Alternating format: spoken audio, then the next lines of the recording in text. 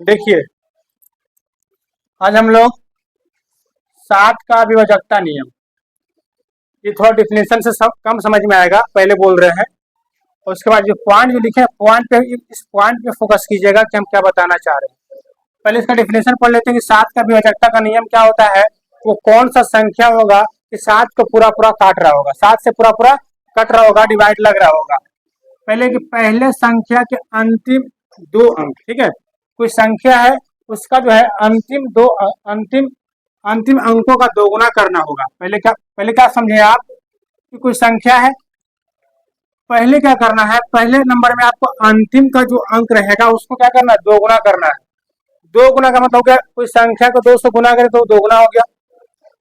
पहले दोगुना का अर्थ क्या होता है, कोई संख्या को अगर बोले कि बताइए 4 का दोगुना कितना होगा, तो 4 का दोगुना करने का मतलब हुआ कि 4 को 2 से आप गुना कीजिएगा, है ना।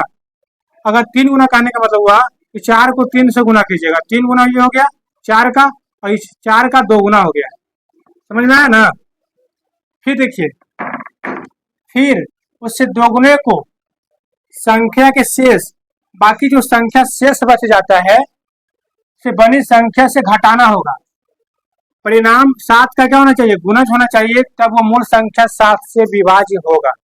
आपको डिफिनेशन थोड़ा सा लगा होगा कि अटपटा टाइप का, तो आपको एग्जाम्पल से समझाने का बहुत अच्छा से प्रयास करते हैं। एग्जाम्पल से आपको समझ में आएगा। देखिए, एग्जाम्पल में लिखा हुआ है 343 लिखा हुआ है ना।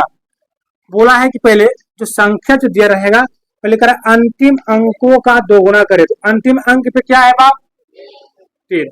बताइए मेरे प्यारे दोस्त कि अंतिम अंक पे कितना है, 3। तो करें कि अंतिम अंक का क्या कीजिए, 2 गुना। 2 गुना कहने का मतलब है कि कुछ अंतिम 2 अंक में 2 से गुना कर देंगे, तो परिणाम कितना हो गया इसका, 6। फिर क्या कहता है, शेष संख्या से घटाए। तो जब 3 का काम खत्म हो गया, अंतिम संख्या को दोगुना कर दिए, बाकी शेष क्या बचा, 34 बचा ना। तो शेष आपका 34 बचा कि नहीं बचा। तो वही करा है कि अंतिम 2 अंक को दोगुना करें तो 6 हो गया, शेष संख्या में से घटाए तो शेष संख्या पर कितना हो गया, 34 बचा हुआ है।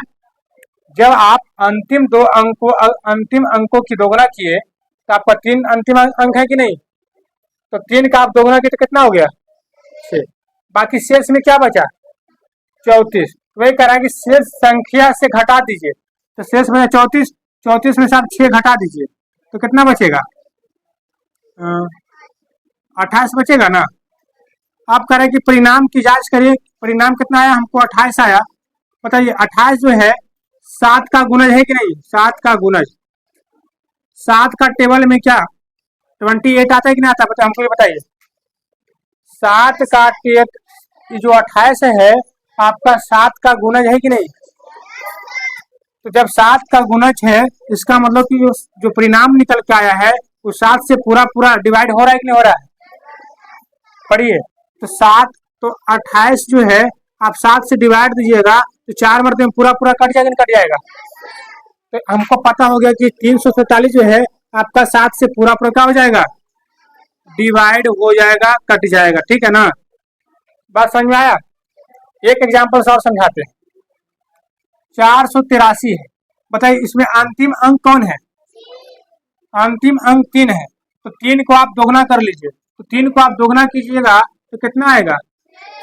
जब आप 3 ले लिए तो इसमें शेष कितना अंक बचा हुआ है, 48 बचा हुआ है। तो वही करा कि शेष भाग में से जो आप लिखे इसको घटा दीजिए, तो घटाने के बाद कितना आएगा आपका 42 आएगा। 42 आएगा ना, समझ में आया तक। पहला स्टेप क्या करना है, आप अंतिम अंकों को दोगुना कर दीजिएगा। पहला स्टेप में 7 से अगर विभाज्यता नियम पढ़ रहे हैं तो पहला स्टेप में कीजिएगा कि अंतिम अंकों का दोगुना कर दीजिए, तो दोगुना कर दिए। अब अंतिम अंक को छोड़ के जो बचा, शेष जो बचा हुआ है, आप उससे क्या कीजिएगा, घटा दीजिएगा। और जो परिणाम होगा 42, हमको बताइए 42 जो है 7 से पूरा पूरा करता है कि नहीं करता है।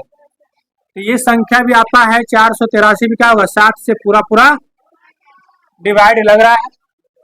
समझ में आया, ये सब दिक्कत।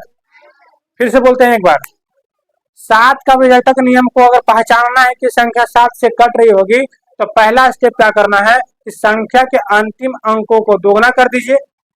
अंतिम अंक पे 3 था, 3 को हम दोगुना कर दिए तो हो गया 6, अब बाकी 3 को छोड़ा के जो शेष बचा हुआ है 48, 48 में से आप 6 को घटा दीजिए तो बचेगा 42। अब 42 जो है 7 का टेबल से पूरा पूरा डिवाइड लग जा रहा है, तो ये संख्या 483 जो है 7 से पूरा पूरा कट रहा होगा। बात समझ में आया?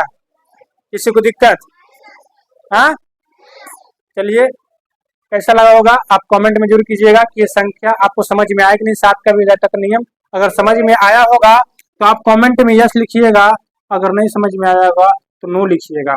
ठीक है, फिर मिलते हैं नेक्स्ट वीडियो में, तब तक के लिए जय हिंद।